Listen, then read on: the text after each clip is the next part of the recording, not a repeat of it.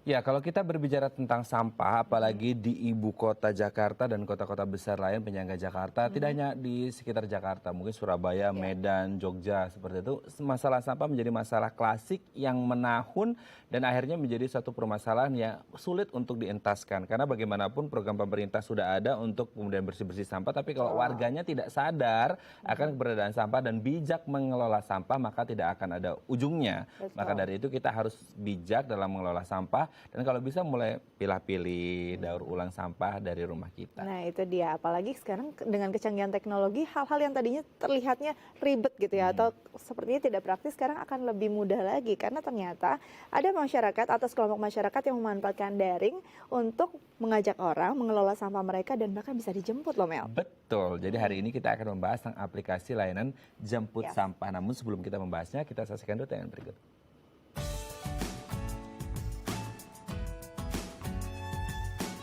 Sampah yang kian menumpuk di tempat pembuangan sampah terpadu menjadi masalah lingkungan yang sulit teratasi jika hanya bergantung pada pemerintah setempat. Menurut data Dinas Lingkungan Hidup DKI Jakarta, saat ini sampah yang masuk ke TPA Bantar Gebang mencapai 7.500 ton perharinya. Melihat permasalahan ini, menggerakkan sejumlah anak muda di Jakarta untuk menyediakan layanan antar jemput sampah. Dengan menggunakan aplikasi e-recycle, masyarakat dapat memesan jasa penjemputan sampah ke rumah mereka untuk kemudian didaur ulang. Penggunaan aplikasi ini terbilang cukup mudah. Warga dapat mengunduh aplikasi melalui gawai dan kemudian menuliskan jenis limbah yang ingin didaur ulang. Setelah menuliskan alamat penjemputan, pihak e-recycle siap menjemput sampah di rumah Anda.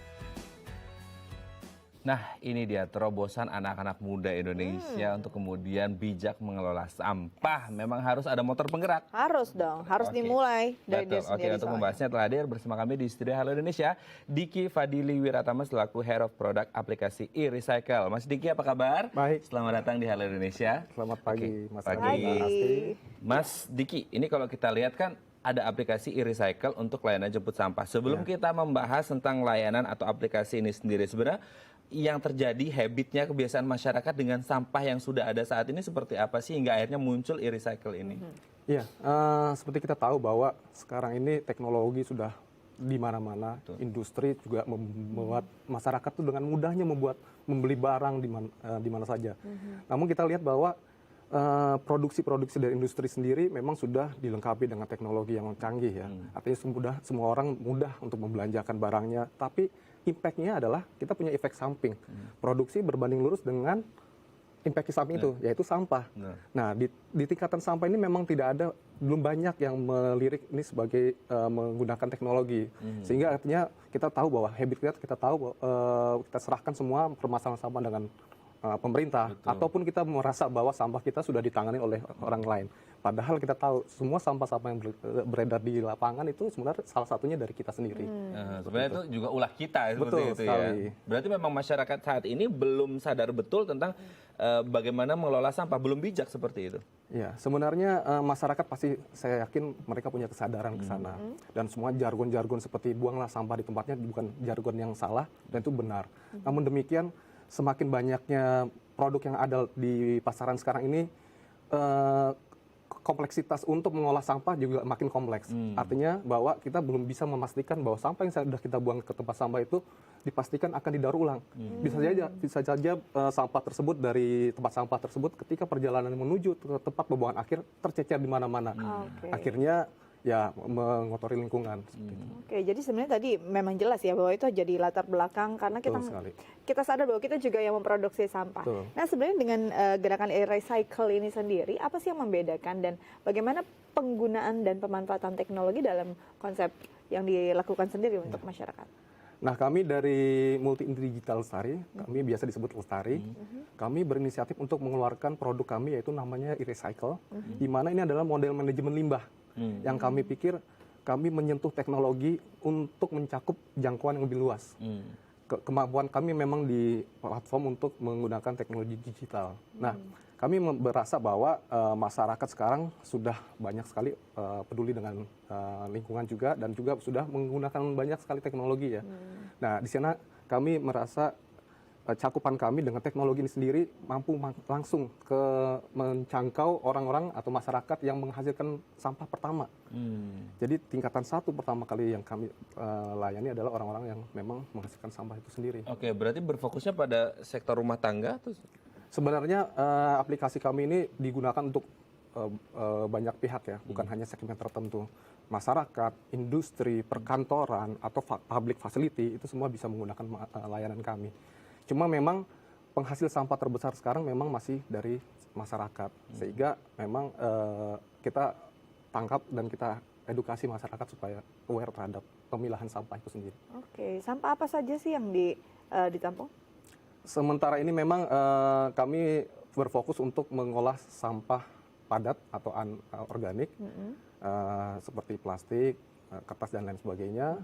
Cuma memang di tahapan awal ini kami fokus untuk menangani sampah plastik. Plastik ya. Kenapa plastik? Karena memang masalah terbesar sekarang memang yang sedang isu adalah plastik. Apakah ini menjadi kemudian hal yang ditunggu-tunggu warga juga untuk kemudian mereka juga bingung sebenarnya untuk mengelola si plastik-plastik ini seperti apa? Akhirnya memang dibutuhkan oleh masyarakat? Betul sekali. Jadi kalau kita tahu ya bahwa sebenarnya sampah-sampah plastik sendiri sudah ada banyak pihak ya, beberapa pihak yang sudah dalam tanda kutip diam-diam mengolahnya ya. Tapi kita sendiri mungkin nggak tahu. Di sana juga banyak bahasa-bahasa yang unik ya di masyarakat sana. Nah, aplikasi kami ini sebenarnya bisa digunakan oleh semua orang, bahkan orang awam sekalipun. Baik orang awam maupun orang yang sudah biasa berkecimpung di pengolahan plastik ini. Jadi di sana ada beberapa fitur yang memang digunakan untuk orang awam. Mereka bisa langsung mendapatkan plastik, memilah plastik, dan ada teknologi scanning barcode. Setiap produk biasanya di kemasannya dia ada barcode. Mereka bisa langsung scanning di sana. Nanti di sana akan ada keterangan apa yang harus mereka lakukan. Jadi sekalian ada aplikasi kami ini juga mengedukasi masyarakat apa yang harus mereka lakukan seperti itu. Oke, menarik sekali. Tapi kalau misalnya kita lihat berarti ada ini kan ada layanan jemput sampah justru ya. Betul sekali. Nah, ada kapasitas tertentu atau kuota tertentu sampah yang bisa dijemput mungkin dengan berat sekian. Untuk saat ini kita belum menentukan berapa minimum penjemputan. Jadi tidak ada masih minimum dibebaskan. Beberapa orang atau beberapa user kami malah minta jemput 0,5 kilogram, kami datangin langsung ke tempat mereka langsung. Oke, jadi berapapun. Paling tidak masih mau memulai membudayakan dulu ya sekali. agar masyarakat peduli. Oke, kita masih akan bahas, tapi setelah jeda berikut pemirsa jangan kemana-mana, tetap bersama kami di Halo Indonesia.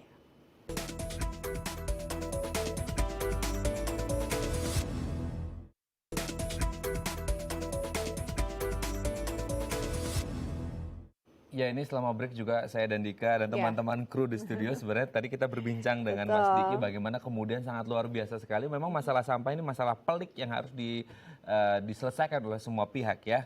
Oke, kita kembali lagi ke Mas Diki. Mas Diki ini mungkin seperti yang tadi kita bahas gitu. Prosedurnya untuk kemudian tadi kan 0,5 kilogram pun dijemput. Nah, prosedurnya untuk kemudian bisa dijemput sampahnya ini seperti apa mulai dari awal sekali dari aplikasinya? Iya. Aplikasi e-recycle ini sudah bisa di-download di Play Store. Sampai saat ini kita baru platform operasi sistemnya Android. Tapi sebentar lagi kami akan meluncurkan dalam platform iOS. Nah, masyarakat silahkan mendownload, kemudian register, menjadi member, kemudian mengumpulkan sampah yang mereka miliki, kemudian mereka memilahnya berdasarkan kriteria sampah tersebut, dan jika sudah siap untuk dijemput, tinggal order ke kami. Langsung kami jemput dalam waktu dekat, langsung ke tempat masyarakat tersebut. Coverage areanya? Sementara ini memang kita rencanakan di tahun 2020 seluruh DKI dan sebagian kota di sekitar DKI, ya, seperti Bekasi dan Depok kita bisa support. Namun demikian untuk direct pick up pada tahapan awal ini kita baru mencoba di daerah Jakarta Timur. Oke. Jadi nantinya akan meluas sampai ke seluruh wilayah DKI Jakarta, bahkan di kota-kota satelit juga ya. Betul. Nah ini kalau tadi kan berapapun bisa dijemput.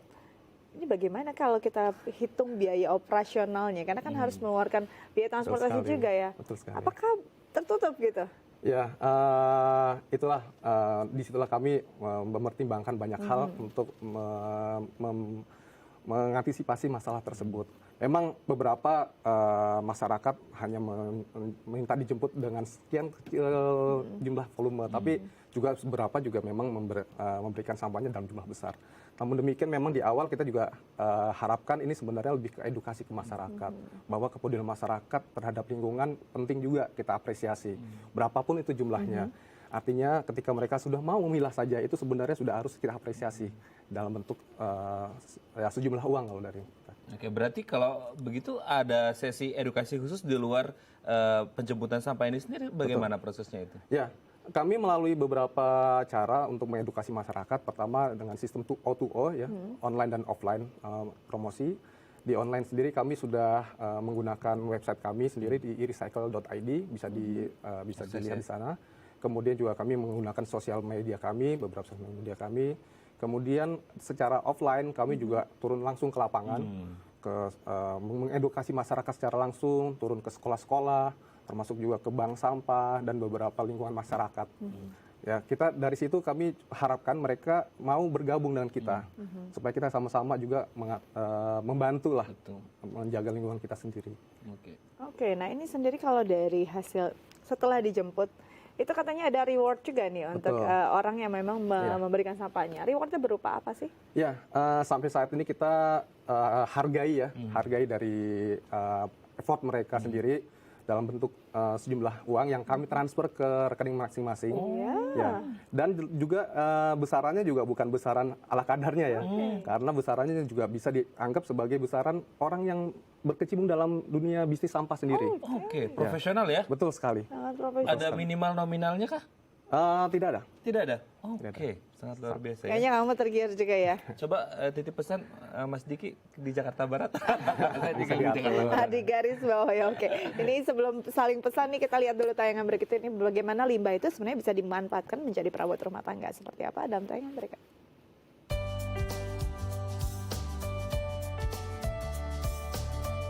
Sampah yang dikirimkan melalui aplikasi e-recycle kemudian diolah di Rumah Lestari untuk kemudian dilebur menjadi biji plastik. Biji-biji plastik inilah yang nantinya akan menjadi bahan dasar pembuatan produk rumah tangga seperti botol minum dan wadah makanan. Meski baru diluncurkan tahun 2019 lalu, aplikasi ini sudah diunduh lebih dari 5.000 pengguna di wilayah Jakarta dan Bekasi. Bagi warga yang memberikan sampahnya pada e-recycle akan mendapatkan penghargaan dan sejumlah uang tunai karena telah berkontribusi memilah dan mengelola sampah dengan bijak. Diharapkan adanya aplikasi e-recycle ini menjadi salah satu cara untuk meningkatkan kepedulian warga dalam mengelola sampah dan meningkatkan kesejahteraan ekonomi warga.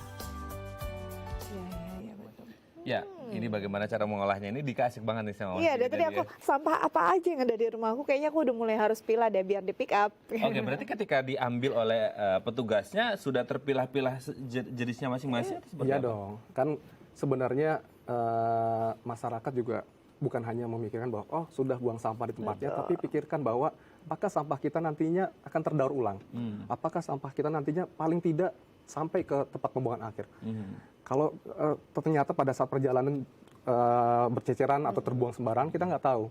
Nah, oleh karena itu kita minta dari masyarakat itu sendiri sudah mengetahui lah atau memilah paling tidak ketika sebelum membuang sampah tersebut.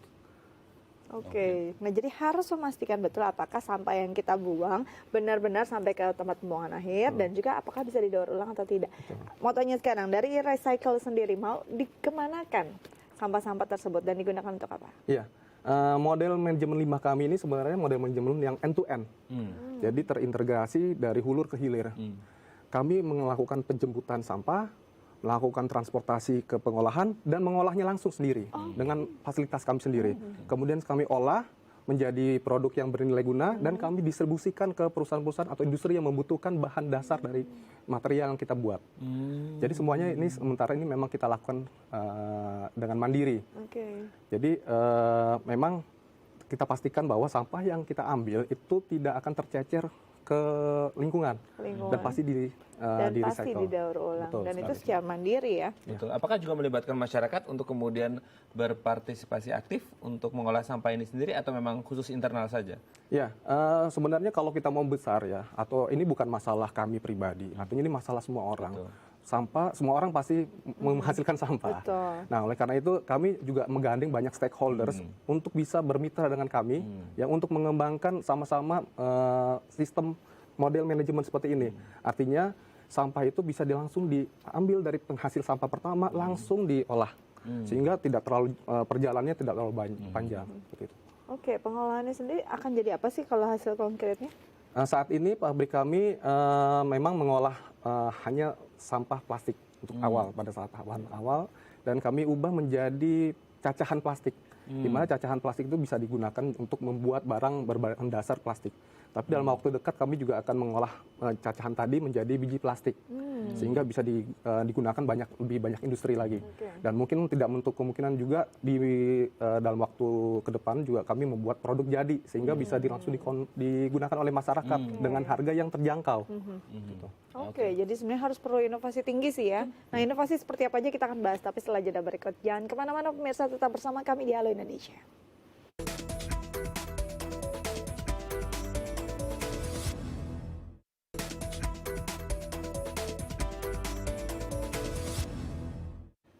Nah, ini menarik sekali ya, hari ini sangat luar biasa karena memang kebetulan kita sebagai warga penghasil sampah juga Sampah harus yang banyak ada. ya. Iya betul. Kadang-kadang sampah kita buang-buang begitu aja tanpa memikirkan akan jadi apa seperti ke depannya seperti itu ya. Oke, kita kembali ke Mas Diki. Mas Diki ini kalau kita berbicara tentang inovasi selain menjangkau seluruh daerah DKI Jakarta khususnya pada tahun 2020 ini, ada inovasi apa lagi yang mungkin akan dikembangkan oleh e-recycle?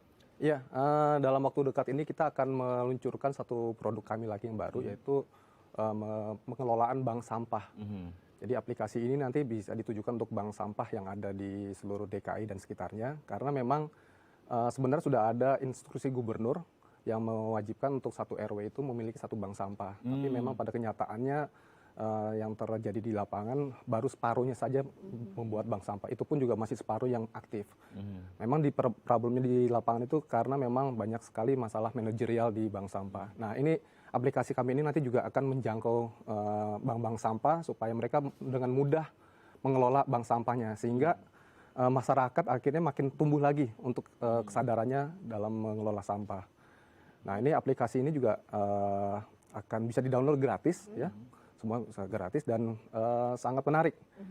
Kemudian juga kami juga berencana untuk membuat semacam rumah edukasi buat masyarakat tentang pengelolaan lingkungan, khususnya dalam sisi daur ulang.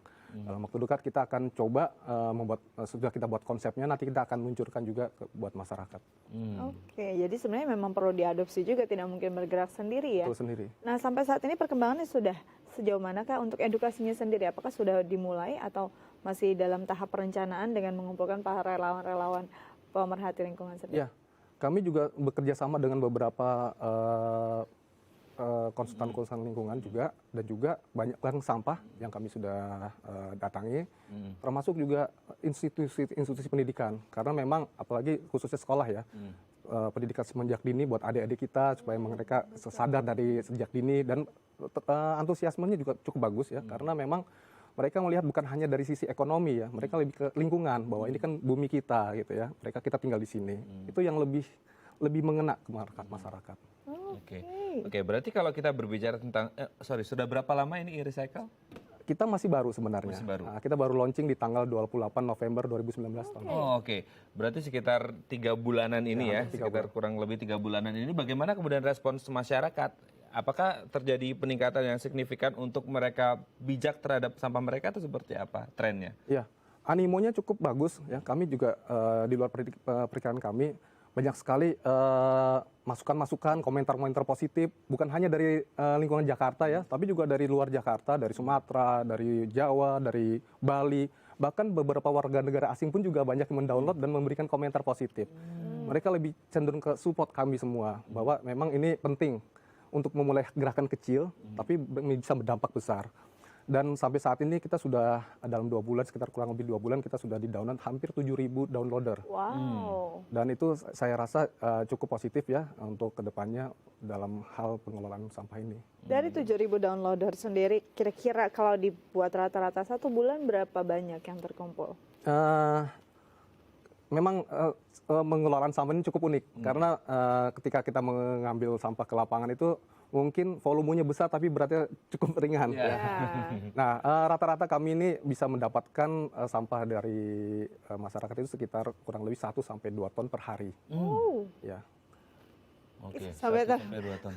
tercengang gitu ya saat. Tapi sebenarnya itu menjadi banyak sekali kesempatan karena kalau kita lihat ini baru 1 ton sehari, sementara sampah di Jakarta itu 7.500 ton per hari.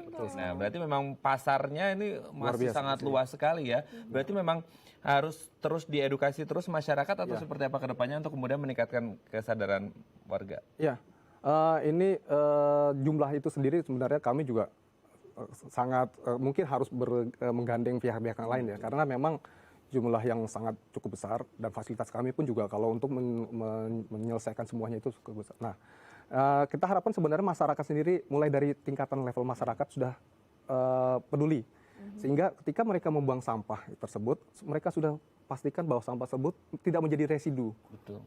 Sebagai contoh misalnya ya, kita seringkali menggunakan plastik itu untuk tempat makanan.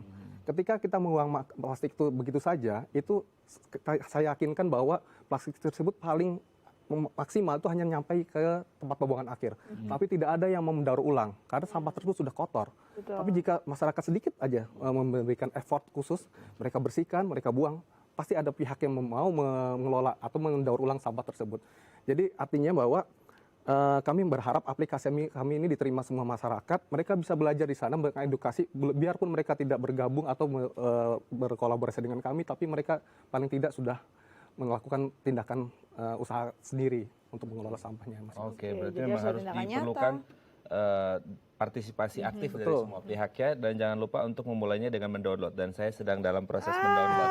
Oke, aku akan Recycle. setelah ini ya, aku akan download. Dan Baik. insya Allah nanti kalau sudah ada di Jakarta Barat, saya akan menjadi yang pertama. Baik, Yes, siap. kita Dan ada saya kontak Mas informasinya. Dikinya langsung. Oke. Siap. Oke, terima kasih Mas Diki. Terima kasih, sangat sama-sama, inspiratif. Semoga Dea. makin banyak yang mendownload dan juga makin banyak juga sampah yang bisa dikumpulkan ya. Ya, Baik terima kasih, pemirsa, kita masih punya banyak informasi menarik lainnya. Jangan kemana-mana, tetap bersama kami di Halo Indonesia.